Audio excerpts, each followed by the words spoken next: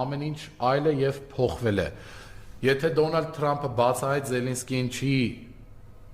չի ցուցաբերում իր աջակցությունը եւ նմանատիպ կերպով հավասարացնում է նրան 0-ի, ես ուզում եմ ասեմ, որ նրա հարցերը լուծելուց հետո նաեւ լուծվելու է Նիկոլ Փաշինյան ծաղրածուի հարցերը։ Եվ Նիկոլ Փաշինյանը ելի եմ նշել 2-3 տարիների ընթացքում, որ Նիկոլ Փաշինյանը համ իր աշխարհաքաղաքական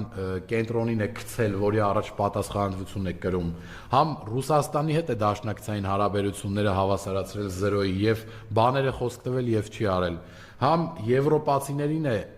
խոսք տվել տարբեր իրավիճակներում, տարբեր պայմանագրեր ստորագրել եւ չի արել,